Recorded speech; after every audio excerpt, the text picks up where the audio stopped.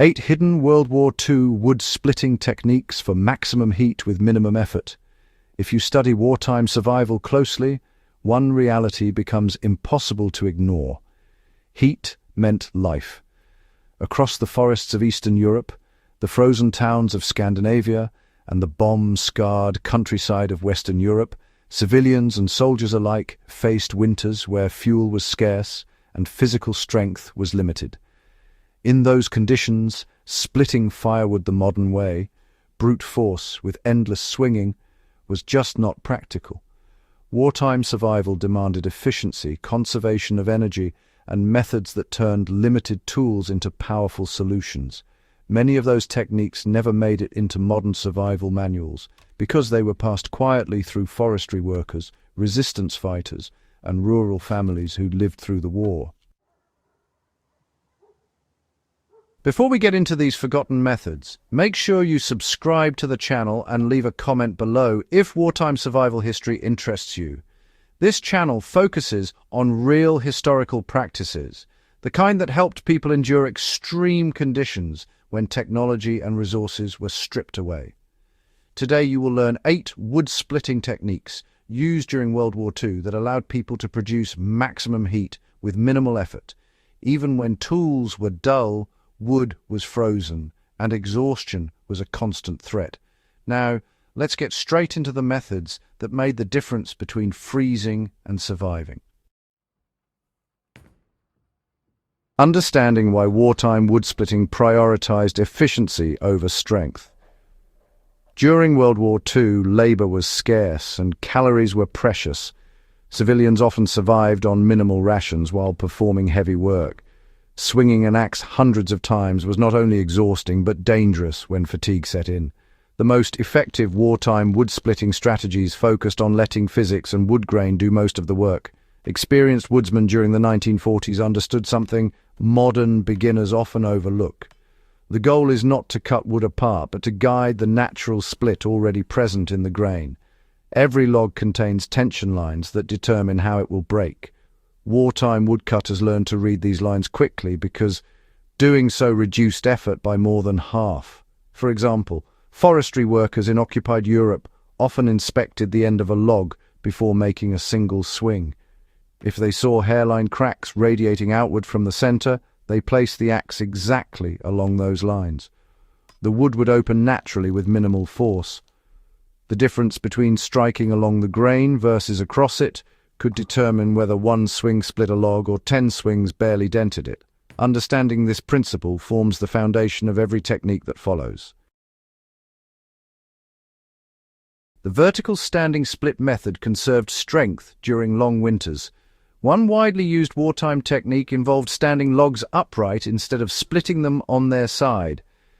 At first glance, this seems obvious, but the reasoning behind it is important. When a log lies horizontally, the axe must both penetrate the wood and force the two halves apart against gravity. But when the log stands vertically on a chopping block, gravity works with the splitter rather than against them. Resistance fighters and rural families often used a heavy stump as a base and placed the log vertically on top. The axe was guided downward into the center of the grain. Once the blade penetrated even slightly, the log's own weight helped force the split downward. A practical way to apply this technique today is simple. Start by placing a thick stump as a chopping block. Stand the log upright so the grain lines are visible on the top surface. Position the axe directly along those natural lines. Instead of swinging wildly, use a controlled downward strike aimed precisely at the center crack. Even dense hardwoods often separate cleanly with far less effort. Using wooden wedges allowed people to split large logs without needing heavy axes. Steel wedges, weren't always available during the war, but wooden wedges were easy enough to produce. This technique made it possible to split massive logs without all those repeated axe swings. The process began by cutting a narrow starter crack in the log with an axe. Once that initial split opened just a bit, a wooden wedge carved from hard wood was inserted into the gap. The wedge was then hammered deeper using a wooden mallet or, honestly, even another log if that's all you had. As the wedge descended, it forced the wood fibres apart gradually, not instantly. The pressure built up slowly until the log split cleanly. Now, this method offered two enormous advantages during wartime. First, it required far less physical effort than endless chopping. Second, it preserved the sharpness of the axe, which was absolutely critical when sharpening tools was difficult. Anyone giving this a try today can follow the same approach: create a small opening in the log, insert a wedge made from oak or another dense wood, and strike the wedge steadily rather than violently. The wood will eventually separate along its natural grain. Frozen wood was actually used on purpose to make splitting easier.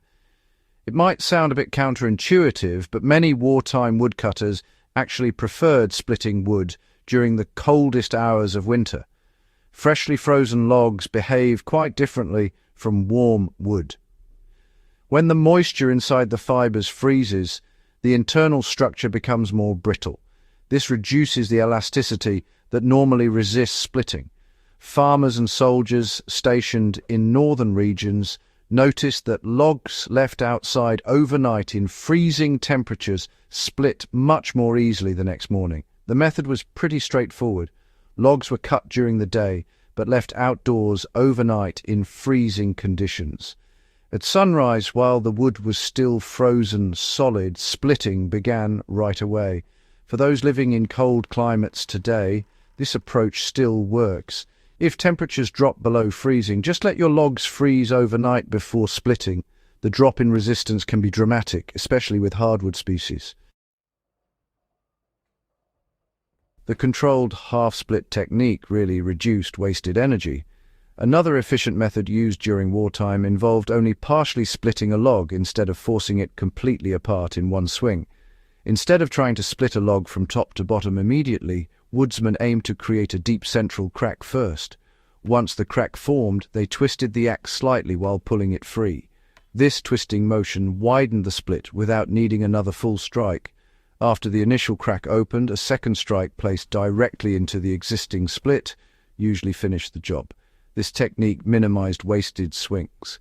Each strike built on the last rather than starting from scratch. If you want to practice this, focus first on creating a central fracture. Once the axe penetrates the wood, twist gently to widen the gap before removing it. The log will often separate on the next strike with much less effort. Knot avoidance strategies also saved enormous effort. Knots are, honestly, one of the main reasons wood splitting becomes exhausting. During World War II, experienced woodsmen learned to avoid knots entirely whenever possible. Knots are areas where branches once grew, and the grain twists around them, making splitting far more difficult. Instead of attacking these stubborn sections directly, wartime woodcutters studied the log carefully and aimed their strikes away from knots. If a knot appeared near the center, they began splitting from the opposite edge and worked toward the knot gradually. A practical example: examine both ends of the log before splitting. Identify the side with fewer knots and start there. Strike along straight grain lines, not directly through knot clusters. By allowing the split to travel naturally toward the knot, the wood often breaks apart without heavy resistance. Quartering logs made firewood burn longer and hotter. Fuel efficiency really mattered during those wartime winters.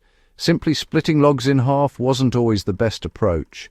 Instead, many households used a quartering technique that produced 4 triangular sections from each log. These smaller pieces dried faster and burned more evenly in compact wartime stoves. The process started with a standard split down the center.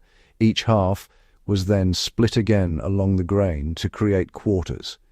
This method offered 2 major advantages. Smaller pieces ignited more easily, and the increased surface area allowed fires to burn hotter while using less wood. To use this technique, begin by splitting the log in half. Stand each half upright and split again through the center. The resulting quarters create ideal fuel pieces that stack efficiently and burn steadily. Lever splitting used body weight instead of muscle power. One lesser-known technique involved using leverage, not just swinging. If an axe became lodged in a log but didn't fully split it, woodsmen often lifted the log with the axe still embedded and slammed the opposite end onto a chopping block or rock. The sudden impact forced the split open. This technique turned the log itself into a lever, multiplying the force generated without extra effort. To use this method safely, strike the log until the axe blade embeds firmly, then lift the log with the axe handle and bring the opposite end down sharply onto a solid surface. The shock frequently forces the wood apart instantly. This approach was particularly useful for stubborn hardwoods. Strategic wood sizing ensured maximum heat output from limited fuel. Perhaps the most overlooked wartime technique involved splitting wood according to how it would be used, rather than splitting everything the same way. Large pieces were reserved for overnight fires because they burned slowly. Smaller splits were used for cooking or quick warmth. Families often prepared multiple sizes from the same log, ensuring efficient use of every piece of wood. For example, thick-quartered sections might be stored for overnight heating.